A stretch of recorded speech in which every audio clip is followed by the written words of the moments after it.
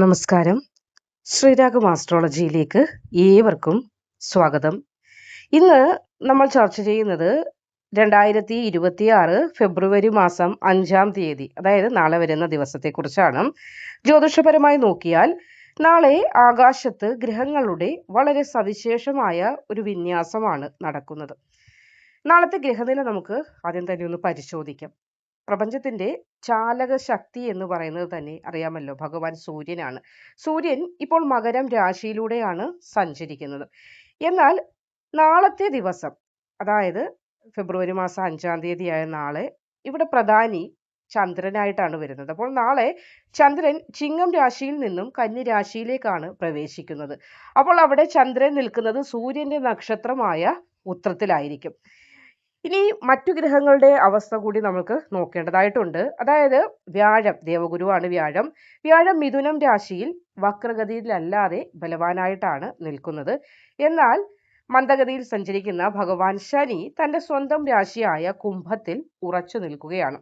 അപ്പോൾ ഏറ്റവും വലിയൊരു പ്രത്യേകത ഇതുകൊണ്ട് നമുക്ക് പറയാൻ സാധിക്കുന്നത്, സ്നേഹത്തിന്റെയും ഐശ്വര്യത്തിന്റെയും ദേവനായിട്ട് നമ്മൾ കരുതുന്ന ഭഗവാൻ ശുക്രൻ മീനം രാശിയിൽ ഉച്ചസ്ഥനായിട്ടാണ് നിൽക്കുന്നത്.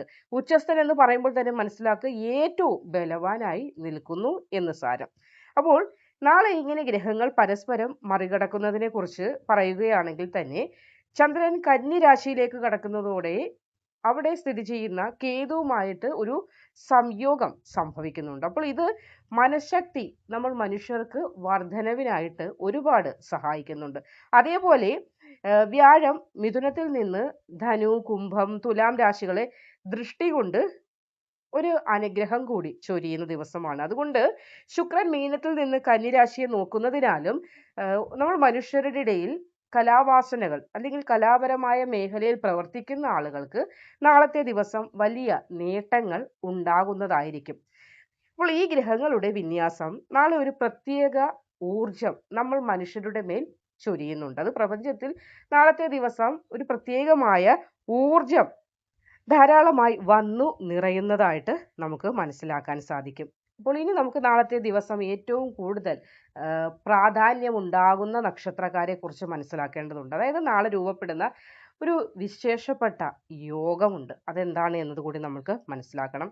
അപ്പോൾ നാളെ ദിവസം വ്യാഴാഴ്ചയാണ്, നക്ഷത്രം വരുന്നത് ഉത്രവുമാണ്. ഇങ്ങനെ വ്യാഴവും ഉത്രം നക്ഷത്രവും കൂടി ചേർന്ന് വരുന്നതിനാൽ തന്നെ ഗജകേസരി യോഗത്തിന് തുല്യമായ ഫലങ്ങളായിരിക്കും നമുക്ക് നാളത്തെ ദിവസം ലഭിക്കുവാൻ പോകുന്നത്. അപ്പോൾ ഈ ഗജകേസരി യോഗം എന്താണെന്ന് പറഞ്ഞാൽ എല്ലാവർക്കും അറിയുന്നതാണ്. ആനയെപ്പോലെ കരുത്തും അതേപോലെ കാട്ടിലെ രാജാവ് ആരാണ്? സിംഹം. സിംഹത്തെ പോലെ തേജസ്സും നൽകുന്ന ഒന്നാണിത്. അപ്പോൾ കേന്ദ്രസ്ഥാനങ്ങളിൽ വ്യാഴവും അതേപോലെ തന്നെ ചന്ദ്രനും ബലവാന്മാരായി ഉച്ചസ്ഥരായി വരുന്നതിലൂടെയാണ് ഈ യോഗം നമ്മൾ മനുഷ്യരിലേക്ക് പ്രഭാവം ചെലുത്തുന്നത് തന്നെ. അപ്പോൾ ഈ യോഗം സാമ്പത്തികമായിട്ട് ഉന്നതി ഉണ്ടാകുന്നുണ്ട്. തടസ്സപ്പെട്ട് കിടന്ന, അതായത് മന്ദീഭവിച്ചു ഒരിക്കലും നടക്കില്ല എന്ന് പറഞ്ഞ് കിടന്ന കാര്യങ്ങൾക്ക് പോലും ഒരു ദ്രുതഗതിയിൽ, അതായത് വേഗതയിൽ കാര്യങ്ങൾ നടന്നു കിട്ടാനുള്ള സഹായകമാകുന്നുണ്ട്. കൂടാതെ വ്യാഴാഴ്ച ദിവസമാണ് നാളെ. സൂര്യനക്ഷത്രമായ ഉത്രം കൂടി ഒന്നിക്കുന്നുണ്ട്. വ്യാഴവും ഉത്രം നക്ഷത്രവും കൂടി യോജിക്കുന്നതിനാൽ ഇവിടെ സിദ്ധയോഗ ഫലവും നാളത്തെ ദിവസം ലഭിക്കുന്നുണ്ട്. അതായത് നാളെ നിങ്ങൾ നടത്തുന്നതായ ഏത് സൽപ്രവൃത്തിയും അത് വിജയത്തിലെത്തും. 1-ാം സ്ഥാനം നിങ്ങൾക്ക് ലഭിക്കാനായി സാധിക്കുന്നതാണ്. അപ്പോൾ ഈ അപൂർവ യോഗത്തിന്റെ ഗുണഫലങ്ങൾ ഏറ്റവും കൂടുതൽ ലഭിക്കാൻ പോകുന്ന നക്ഷത്രക്കാർ ആരൊക്കെയാണ് നാളത്തെ ദിവസം എന്നതാണ് നമുക്കിനി നോക്കേണ്ടത്. അതിൽ പ്രധാനമായും ഉത്രം, അത്തം, അതേപോലെ തന്നെ ചിത്തിര എന്നീ കന്നി രാശിയിൽ വരുന്ന നക്ഷത്രക്കാർക്ക് നാളത്തെ ദിവസം ഒരു സുവർണ ദിനമായിരിക്കും.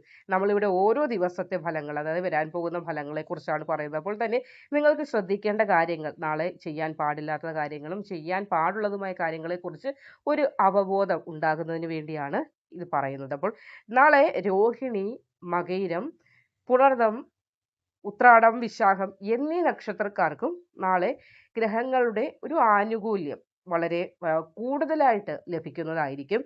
അതിനാൽ തന്നെ കർമ്മം, നിങ്ങൾ എന്ത് കർമ്മമാണോ ചെയ്ത് നിങ്ങളുടെ ജീവിതം മുന്നോട്ട് നയിക്കുന്നത് ആ മേഖലയുമായി ബന്ധപ്പെട്ട് ചില അംഗീകാരങ്ങൾ ലഭിക്കും. അംഗീകാരം എന്ന് പറയുമ്പോൾ ജോലി ചെയ്തുകൊണ്ടിരിക്കുന്നവർക്കും ജോലി അന്വേഷിക്കുന്ന ഈ നക്ഷത്രക്കാർക്ക് നാളത്തെ ദിവസം അതുമായി ബന്ധപ്പെട്ട ചില ശുഭവാർത്തകൾ വന്നു ചേരും. പുതിയ വരുമാന സ്രോതസ്സുകൾ തുടങ്ങുന്നതാണ്. അതേപോലെ കുടുംബത്തിൽ ചില സന്തോഷകരമായ കാര്യങ്ങളൊക്കെ ലഭിക്കുവാനും വന്നു ചേരാനൊക്കെയുള്ള യോഗം ഇതിലൂടെ ഉണ്ടാകും. അപ്പോൾ ഇവിടെ ഗുണങ്ങൾ പറഞ്ഞു. ഗുണങ്ങൾ ഇതൊക്കെ ഉണ്ടെങ്കിൽ പോലും ചില കാര്യങ്ങൾ ഒന്ന് പ്രത്യേകം ശ്രദ്ധിക്കേണ്ടതായിട്ടുണ്ട്. അതായത് ചന്ദ്രൻ കേതുവുമായിട്ട് ഇവിടെ ചേരുന്നതിനാൽ തന്നെ അനാവശ്യമായ കാടുകയറിയ ചിന്തകൾ ചിലപ്പോൾ മനസ്സിനെ മതിക്കുവാൻ, അതായത് മനസ്സിനെ തളർത്തുവാനോ അല്ലെങ്കിൽ മനസ്സിനെ കീഴ്പ്പെടുത്താനോ സാധ്യത കൂടുതലായിട്ടുണ്ട്. അതുകൊണ്ട് തന്നെ അനാവശ്യമായ ചിന്തകൾ ഒഴിവാക്കുക. തീരുമാനങ്ങൾ കൃത്യമായി എടുക്കാനുള്ള ഒരു ശ്രദ്ധ നമ്മുടെ ഭാഗത്ത് നിന്ന് അത്യാവശ്യമാണ്. നാളെ വ്യാഴാഴ്ചയായതിനാൽ തന്നെ വിഷ്ണു ഗായത്രി ജപിക്കുന്നത് വളരെയധികം ഉത്തമമാണ്. അതല്ലെങ്കിൽ ഓം നമോ നാരായണായ എന്ന മന്ത്രം ഒരു 108 ഉരു ജപിക്കുന്നതും വളരെ ഉത്തമമാണ്. കൂടാതെ സൂര്യ നക്ഷത്രമായതിനാൽ തന്നെ നാളെ രാവിലെ എഴുന്നേറ്റ് ഭഗവാൻ സൂര്യനെ നോക്കി ഓം ആദിത്യായ നമ എന്ന മന്ത്രം നിങ്ങൾക്ക് കഴിയുന്നത്ര 21 ഉരു ജപിക്കുക, അല്ലെങ്കിൽ 108 ഉരു ജപിക്കുക. അതൊക്കെ നിങ്ങളുടെ സൗകര്യം പോലെ 108 ഉരു ജപിക്കുന്നതായിരിക്കും ഏറ്റവും ഉത്തമമായിട്ട് വരുന്നതും. കൂടാതെ അറിയാമല്ലോ, നാളെ വ്യാഴാഴ്ച ദിവസമാണ്. അടുത്തത് മഹാവിഷ്ണു ക്ഷേത്രം ഉണ്ടെങ്കിൽ അവിടെ ദർശനം നടത്താം. ശിവക്ഷേത്രത്തിൽ ദർശനം നടത്താനൊക്കെ ഏറ്റവും ഉത്തമമായ ദിവസമാണ്. അപ്പോൾ ശിവക്ഷേത്ര ദർശനമായാലേ അല്ലെങ്കിൽ മഹാവിഷ്ണു ക്ഷേത്ര ദർശനം നടത്തുകയാണെങ്കിൽ നിങ്ങൾ വെറും കൈയോടെ പോകാതിരിക്കാനായി പരമാവധി ശ്രമിക്കുക. വിഷ്ണു ഭഗവാന് പാൽപ്പായസം വഴിപാട് സമർപ്പിക്കാവുന്നതാണ്. ശിവഭഗവാന് ധാര നടത്തുന്നതായിരിക്കും ഏറ്റവും അധികം ഉത്തമമായി വരുന്നതും. അപ്പോൾ ഗ്രഹദോഷങ്ങളൊക്കെ നിങ്ങളിൽ നിന്ന് അകന്നു മാറി ഭാഗ്യം കൊണ്ടുവരുന്നതിന് ഈ രണ്ട് വഴിപാടുകളും നാളത്തെ ദിവസം ചെയ്യുന്നത് ഉത്തമമായിരിക്കും. മഞ്ഞ നിറത്തിലുള്ള വസ്ത്രമാണ് ഭഗവാൻ വിഷ്ണുവിന് ഏറ്റവും പ്രിയങ്കരം. അപ്പോൾ അങ്ങനെ മഞ്ഞ നിറത്തിലുള്ള വസ്ത്രം ഭഗവാൻ വിഷ്ണുവിൻ്റെ, അതായത് വ്യാഴപ്രീതി നിങ്ങളിലേക്ക് കൊണ്ടുവരുന്നതിനും ഏറെ സഹായകമാകുന്നുണ്ട്. അപ്പോൾ ഇവിടെ പറഞ്ഞിരിക്കുന്ന ഈ 7 നക്ഷത്രക്കാരായ ആളുകളും നാളത്തെ ദിവസം നിങ്ങൾ തീർച്ചയായും അടുത്തുള്ള വിഷ്ണു ക്ഷേത്ര ദർശനം നടത്തുന്നത് ഏറ്റവും അധികം ഉത്തമമായിരിക്കും. കാരണം എന്തെന്നാൽ ഗ്രഹങ്ങൾ അനുകൂലമായി വരുന്ന ഒരു ദിവസമാണ് നിങ്ങൾക്ക്. അപ്പോൾ ആ ആനുകൂല്യം പൂർണ്ണമായി നിങ്ങളിലേക്ക് വന്നു ചേരുന്നതിന് ക്ഷേത്ര ദർശനങ്ങൾ വളരെയധികം വലിയൊരു പങ്ക് തന്നെ വഹിക്കുന്നുണ്ട്. അപ്പോൾ തൊഴിൽ രംഗത്ത് നിലവിൽ നിന്നിരുന്നതായ എല്ലാവിധ മന്ദീഭവിച്ച അവസ്ഥകളും മാറി തൊഴിലിൽ ഉന്നതി ഉണ്ടാകുന്നതിന് വളരെയധികം സഹായകമാകുന്ന ദിവസമാണ് ഈ നക്ഷത്രക്കാർക്ക്. അതായത് ഉത്രം, അത്തം, ചിത്തിര, രോഹിണി, മകയിരം, പുണർദം, വിശാഖം, ഉത്രാടം നക്ഷത്രക്കാർക്ക് നാളത്തെ ദിവസം അതേപോലെ ഒരു സുവർണ നിമിഷങ്ങൾ ധാരാളമായി വന്നു ചേരുന്ന ഒരു സമയം കൂടിയായിരിക്കും. പുതിയ ചില വരുമാന മാർഗങ്ങൾ, ജോലിയുമായി ബന്ധപ്പെട്ട് വരുമാനങ്ങൾ കിട്ടാതെ ഇരുന്നവർക്കും നാളത്തെ ദിവസം സന്തോഷിക്കാനുള്ള കാര്യങ്ങൾ ഉണ്ടാകുന്നുണ്ട്.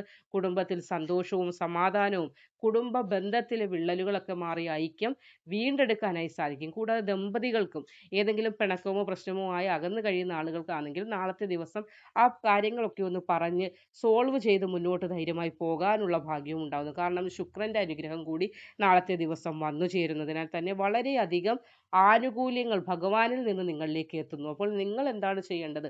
ഭഗവാൻ അനുഗ്രഹിക്കുന്നത് ഉണ്ട്, അത് സത്യം തന്നെ. എങ്കിലും നമ്മളുടെ കർമ്മം കൂടി നമ്മൾ ചെയ്താലേ ഈ അനുഗ്രഹം പൂർണ്ണമായി നമ്മളിലേക്ക് വന്നു ചേരുകയുള്ളൂ. അതുകൊണ്ട് വിഷ്ണു ക്ഷേത്ര ദർശനം അതല്ലെങ്കിൽ ശിവക്ഷേത്ര ദർശനം ഏതായാലും ഈ പറഞ്ഞ നക്ഷത്രക്കാർ നാളത്തെ ദിവസം നടത്തേണ്ടത് വളരെയധികം ഉത്തമമാകുന്നു. അപ്പോൾ ഏവർക്കും വീഡിയോ ഉപകാരപ്രദമാകട്ടെ എന്ന് ആശംസിക്കുന്നു.